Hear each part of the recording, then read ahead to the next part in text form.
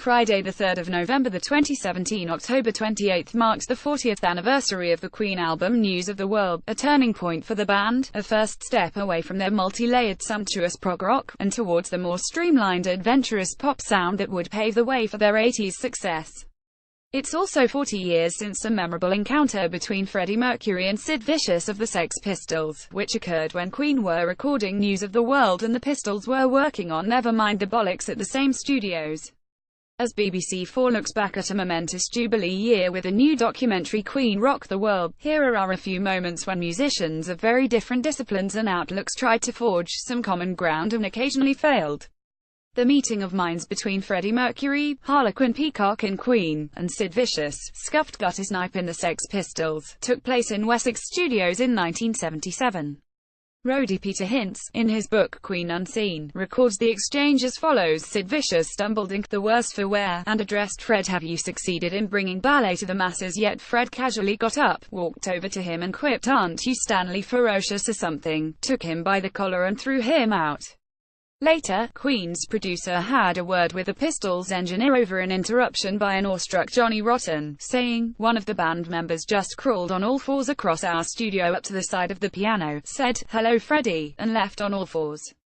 Could you make sure he doesn't do it again?" Freddie recalled it all slightly differently in a later TV interview, saying, "I called him Simon Ferocious or something, and he didn't like it at all.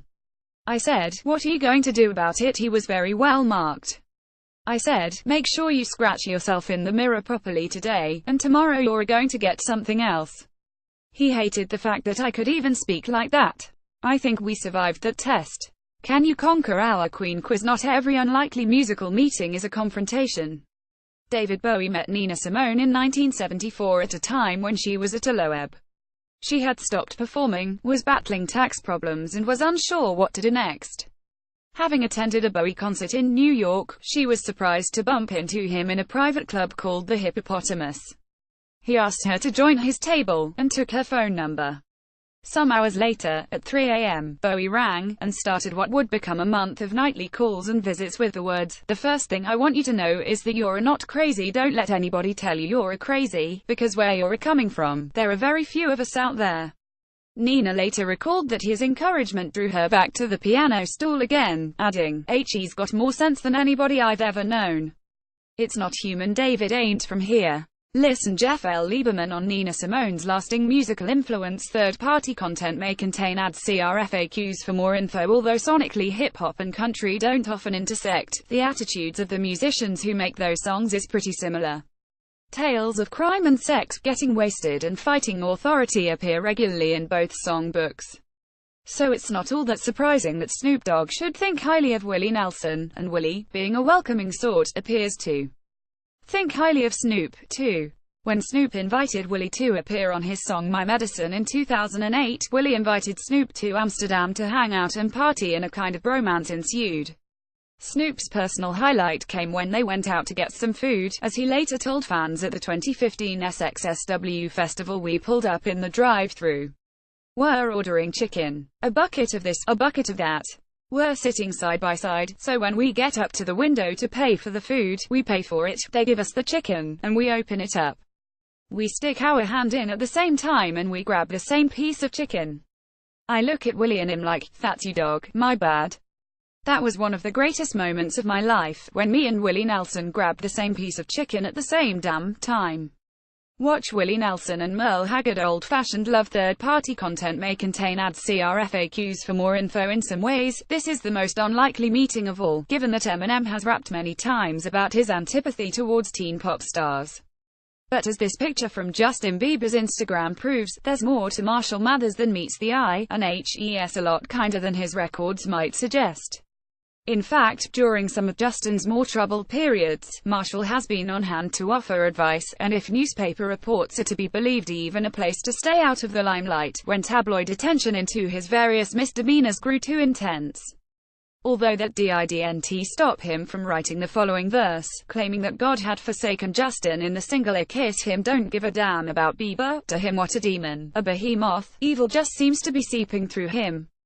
Listen, Justin Bieber chats to Grimmy on the Radio 1 breakfast show while a meeting between Tom Jones, one of music's most seasoned performers, and Wyclef Jean, producer and former Fuji, isn't all that unlikely in itself. The true depth of affinity between the performers was put to the test in very public circumstances, and very early on.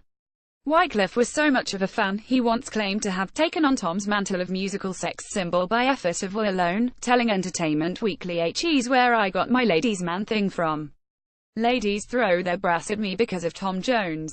In 2001, he sampled What's His New Pussycat, started pitching songs to Tom directly, and remixed his hallmark hit It's Not Unusual, even managing to take the stage with his hero at the first Top of the Pops Awards, exhorting the crowd into action by yelling, "Say Tom Jones" repeatedly. For his part, Tom gamely tried to follow suit, but forgot the name of his number one fan, shouting, "Say Westcliff" to a mostly bemused audience. Listen, Tom Jones talks to Michael Ball. It must have seemed like such a good idea at the time.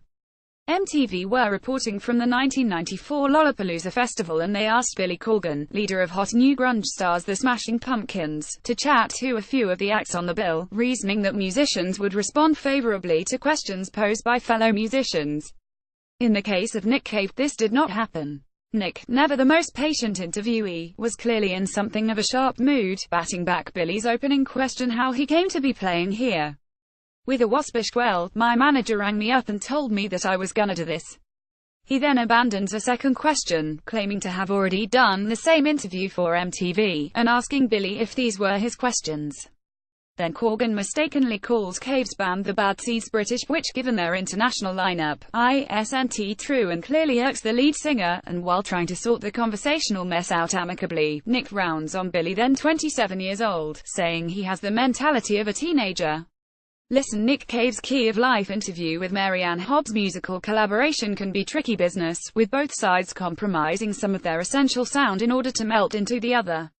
In case of Kate Bush and Prince, the way they interacted says a great deal about them as artists. While they were longtime mutual fans of one another, and had made this clear in various interviews throughout the 1980s, it wasn't until 1990 that Kate came backstage to meet Prince at a Wembley gig, and almost immediately started talking about working together. She had a song called Why Should I Love You, which she felt was essentially finished but would benefit from a few Purple backing vocals. Prince took the tape, ignored the music on it, and added keyboards, guitars, bass, entirely changing the sound of the song in the process, and then finally a lot of harmonies, as if to say, "What isn't that what you asked for?" And the fascinating thing is that as a song it sounds exactly like the way it was made.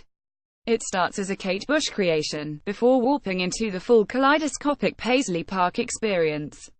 Listen, Kate Bush on performing live after a 35-year gap. Like us on Facebook, on Instagram at BBC Music, or follow us on Twitter at BBC Music.